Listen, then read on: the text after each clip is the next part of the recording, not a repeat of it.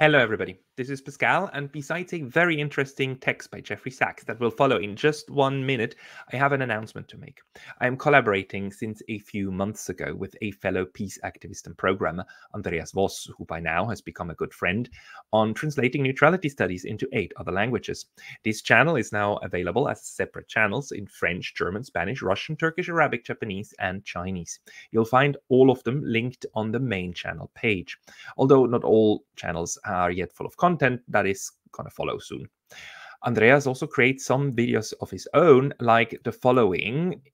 Let me see here, like this AI readout of an essay by Jeffrey Sachs, which Dr. Sachs published on December 11th about the shame of the US veto against a ceasefire resolution in Gaza.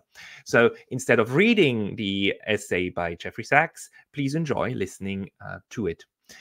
Thank you, Andreas. And everyone, keep up the good work against the warmongering, including with your comments here on YouTube. Together, let's make more pro-peace propaganda, because that's exactly what we need against the neocon PR onslaught in mass media. The nearly unanimous vote in the UN Security Council on Friday, calling for an immediate ceasefire in Gaza, is a moment of honor for the United Nations and shame for the United States. By voting to stop Israel's war on Gaza by a vote of 13 yes, 1 no, US, and 1 abstention, UK, the vast majority put itself on the side of international law. The US stood alone against international law, with its sidekick and tutor in imperial brutality, the United Kingdom, dutifully abstaining. UN Secretary-General Antonio Guterres honored the UN and human decency by invoking Article 99 of the UN Charter, calling for the UN Security Council to stop the killing in Gaza as a basic responsibility under the UN Charter. Each day, UN officials on the ground in Gaza heroically struggle to feed, shelter, and protect the population from Israeli bombs. More than 100 UN staff have been killed in the Israeli assault. The situation in Gaza is as clear as it is brutal. The State of Palestine, recognized by 139 nations, has long suffered from the brutalities of Israeli occupation in Gaza and the West Bank. Gaza has been called the world's largest open-air prison by Human Rights Watch. After the Hamas-led horrific terrorist attack on October 7th, in which 1,200 Israelis died, Israel began to ethnically cleanse Gaza. Legal specialists at the Center for Constitutional Rights regard Israel's actions as a genocide. To date, more than 17,400 Gazans have been killed, and an unfathomable 1.8 million Gazans have been displaced.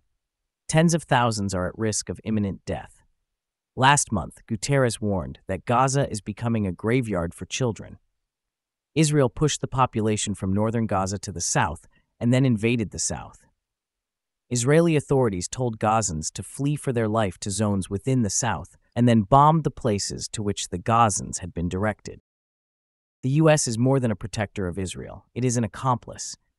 The U.S. supplies, in real time, the munitions Israel uses for mass murder, even as U.S. authorities pay lip service to Gazan civilian lives. The President of Israel, Isaac Herzog, justifies the slaughter by declaring that there are no innocent civilian Gazans. It is an entire nation out there that is responsible. The Israeli government's biggest lie is that Israel has no options other than the mass killing of Gazans, supposedly to defeat Hamas. The fact that Israel was lulled by its arrogance into letting its guard down on October 7th does not make Hamas an existential threat. Hamas has only a tiny fraction of Israel's military might. October 7th, like 9/11 in the U.S., was a colossal security blunder that should be immediately corrected by stepped-up border security, not an existential threat that in any remote manner justifies the killing of thousands or tens of thousands of innocent civilians, with women and children constituting 70% of the victims. The killing frenzy is being led by the very same politicians who were responsible for the October 7th security failure and who now manipulate the deepest anxieties of the Israeli population. There is a larger and far more important point. Hamas can be demobilized through diplomacy, and only through diplomacy. Israel and the United States need finally to abide by international law, accept a sovereign state of Palestine alongside Israel, and welcome Palestine as the 194th member state of the UN. The U.S. needs to stop arming the Israeli operation of ethnic cleansing in Gaza and stop protecting Israel's rampant violations of basic human rights in the West Bank. 56 years after its illegal occupation of Palestinian lands, and after decades of illegal settlements in the occupied territories, Israel needs finally to withdraw from the occupied Palestinian lands. With such steps, peace between Israel and the neighboring countries could and would be secured. On that basis, UN peacekeepers, including both Arab and Western troops, would in turn secure the Israel-Palestine border for a needed transition period. At the same time, all international flows of financing to anti-Israel militants would be choked off by joint and coordinated actions of the US, Europe, and Israel's Arab and Islamic neighbors. The diplomatic route is open because the Arab and Islamic countries, including Iran, have once again reiterated their long-standing desire for peace with Israel as part of a peace agreement that establishes Palestine along the 1967 borders and its capital in East Jerusalem. The real reason for Israel's war in Gaza is that the government of Israel rejects the two-state solution and points to extremists on the other side rather than to the Arab and Islamic states, which want peace based on the two-state solution. Israeli zealots, including several in the cabinet, believe that God promised them all of the lands from the Euphrates to the Mediterranean. This belief is fatuous. As Jewish history should make clear to religious Jews, and as all human history should make clear generally, no group, whether Jewish or otherwise, has an unconditional right to any land. For rights to be secured and internationally respected in our day, governments need to abide by the international rule of law. In the case of Israel and Palestine, international law, as expressed repeatedly by the UN Security Council, holds that two sovereign states, Israel and Palestine, have both the right and responsibility to live side by side in peace according to the 1967 borders. Not only Israel, but even perhaps more so the United States, has lost its way.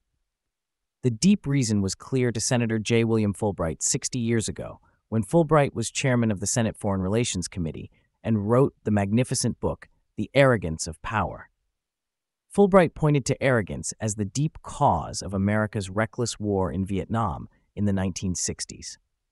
In its ongoing arrogance, the U.S. military security state repeatedly ignores the will of the international community and international law because it believes that weapons and power enable it to do so.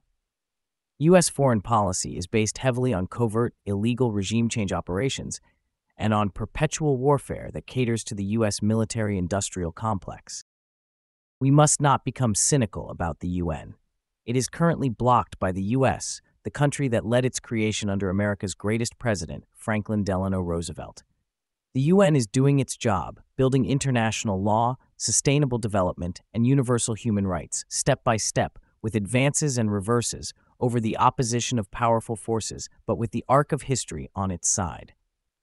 International law is a relatively new human creation, still in the works. It is difficult to achieve in the face of obstreperous imperial power, but we must pursue it. It is important to note that opposing Israel's war crimes has absolutely nothing to do with anti-Semitism.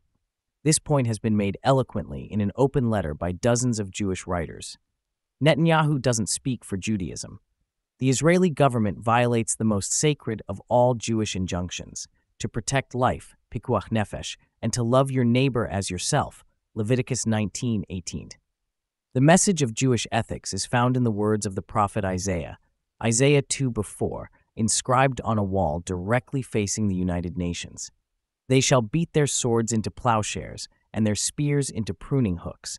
Nation shall not lift up sword against nation, neither shall they learn war any more.